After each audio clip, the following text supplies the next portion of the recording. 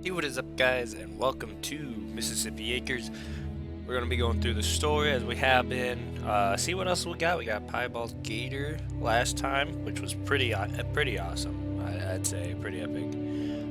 But we're gonna just keep going through and see what we get. I might change the time to deer whitetail drinking zone, but we'll see.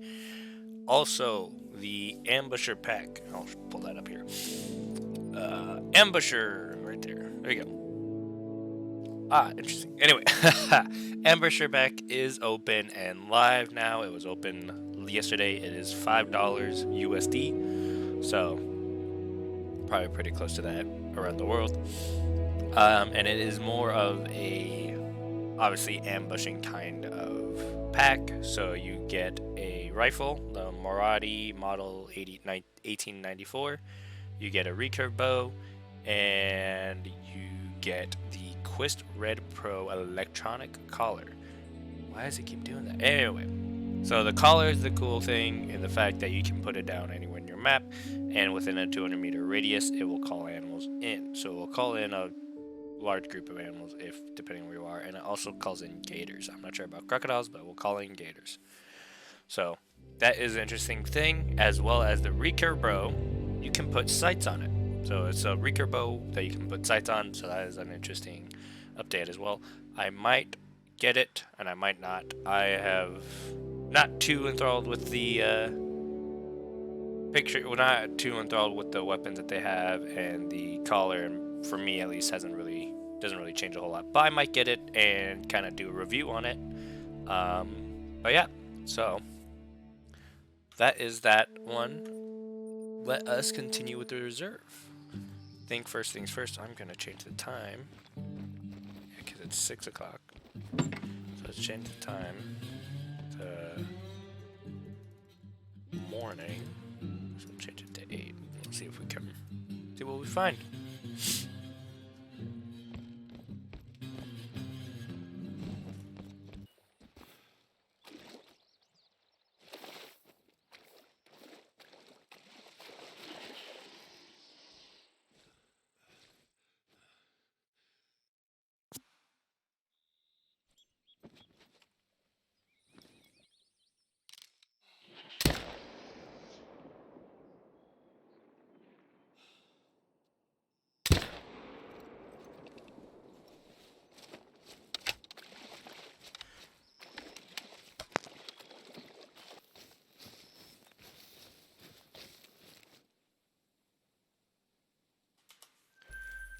Yeah, I don't know how I believe that.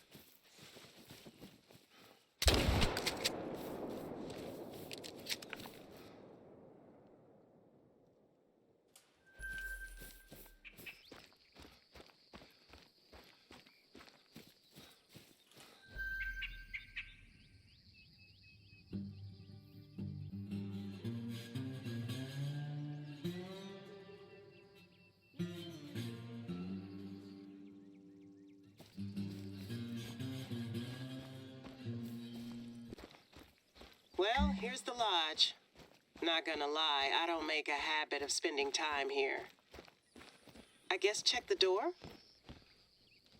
Huh. I thought it was just good old-fashioned Southern hospitality to leave your place unlocked in these parts. But who knows what kinds of valuables they've gotten there. Some of the keys are faded. Not the most robust security system. 0, 1, 4, 5, and 6. 5 factorial combinations. That's 120, and that's without repeating digits. And my students say math is pointless. Betty must know the code, right? Let's call her. Hey, Mrs. Tackett, sorry to bother you again. My counselor's out dropping off the heater, but the door is locked. Would you happen to have the key code to hand? Unfortunately, I do not, Miss Davis. I've been out of commission so long with my neck, you understand.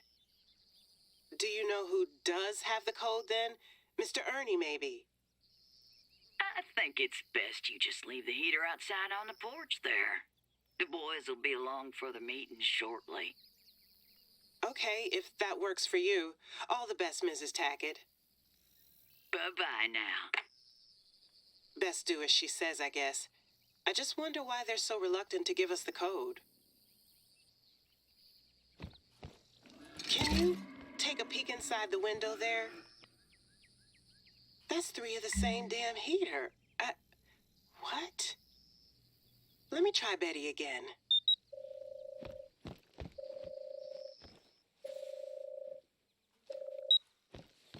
No answer.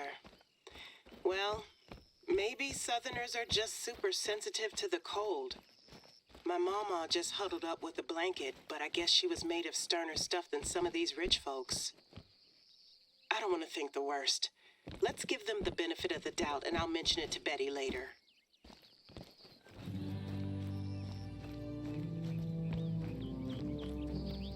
Okay, all the really urgent things are out of the way, but I've got to be honest with you, Rookie. There's another reason you're here. Let me show you what I'm trying to protect. Head over to the Camp Haven bunks and I'll explain on the way.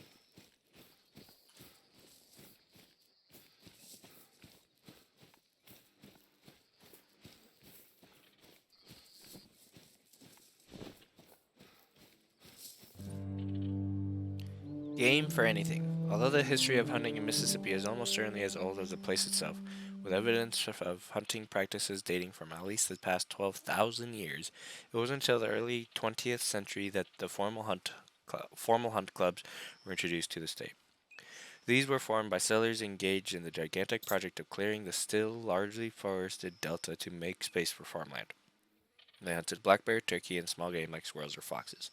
Deer weren't widespread in the state until the massive repopulation efforts of the last 40 years. Hunt clubs were places where people of all races and social classes could bond over a shared hobby. Formerly enslaved people like Collier often hunted alongside white doctors, lawyers, and prominent businessmen. Women traditionally weren't admitted. Today, the vast majority of Mississippians hunt on private land. Women make up to 12% of the hunting population of the state, and many of these participate in women-only hunts. Camp clubhouses range from simple trailers to upscale lodges. Pretty nice. So last summer, some of the kids at our camp reported hearing weird noises.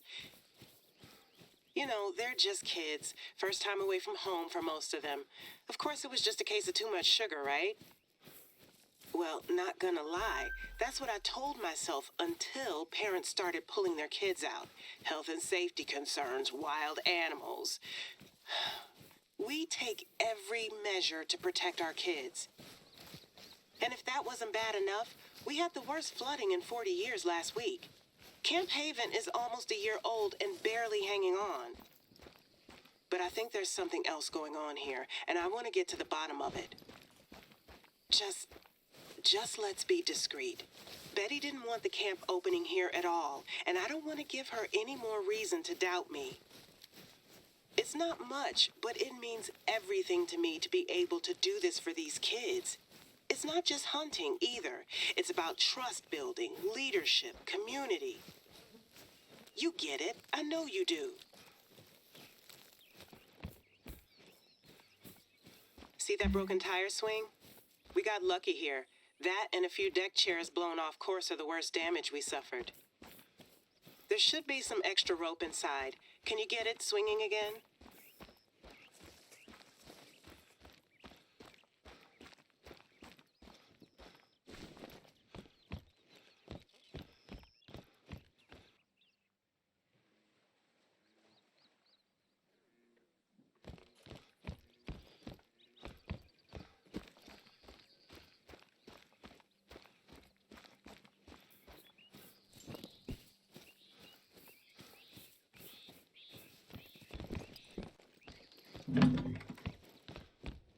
I knew I had some lying around here somewhere.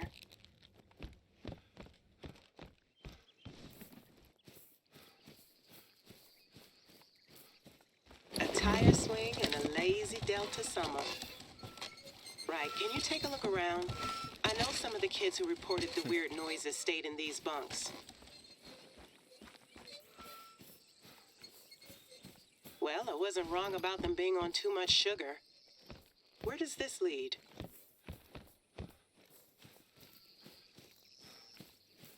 Scorched grass. It's early summer and the ground is soaked. You remember our fire safety classes, right? Literally the first damn thing you're told. No building fires near anything flammable, grass included.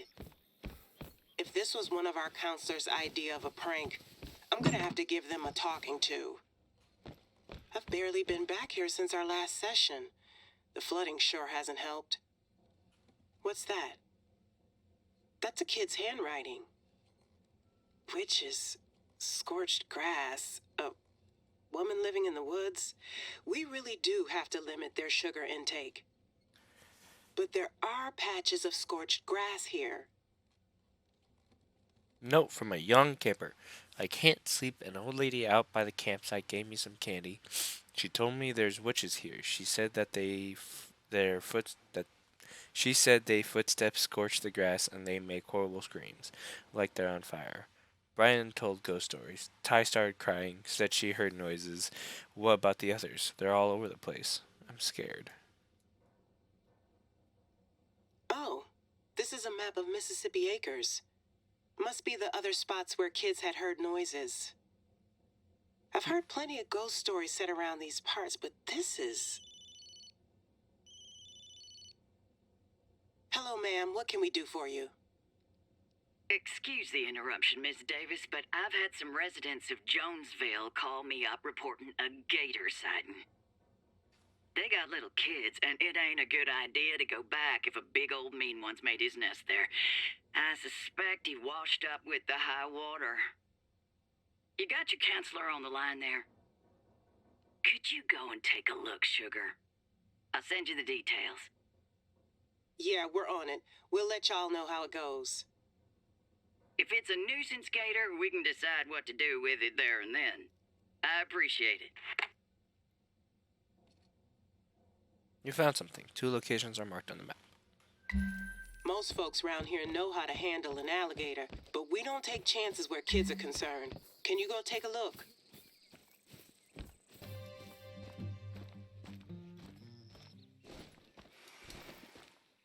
Oh, you're kidding me. No way. No way. No way. No way. That can't be. That cannot be. That's a piebald 9 legendary. Is that a super rare? You can't be making this up. You cannot be making this up. Holy shoot. If this is what I think it is, holy crap. I need you to stop moving, bro. Go alert at least.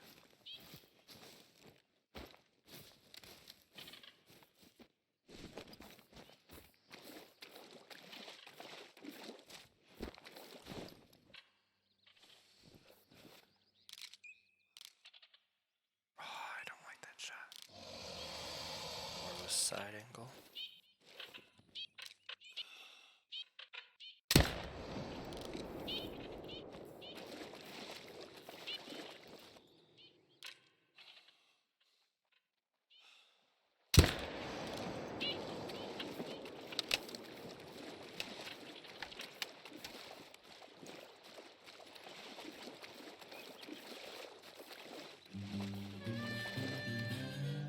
Yes, sir. That's vital organs.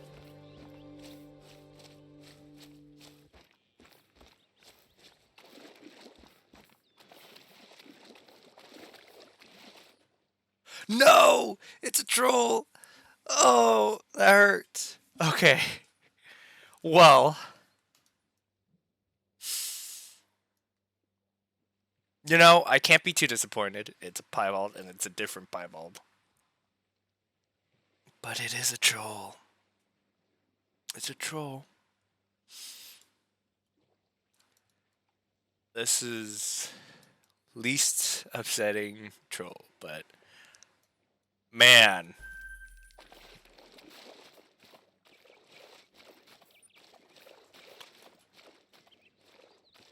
Well then.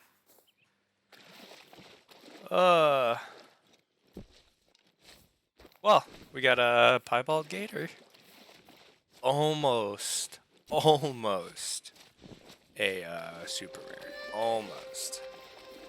But still, that's pretty sick, I'd say. That's Mississippi ain't disappointing. That's 2 piebald gators. And they're both the different variations of piebald. And one's a male and one's a female, so now I just need a raccoon.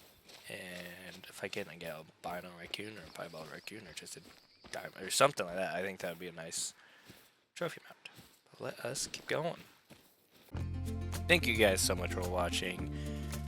We almost had a super rare. He was so close. He could have been. He should have been. But he was not a super rare. However, we did get a piebald, the 9 legendary gator. Nice gold piebald. So I can't complain too much. Well, I think I can. Anywho, hope you guys enjoyed this episode. Be on the lookout for more, and I will see you on the next one.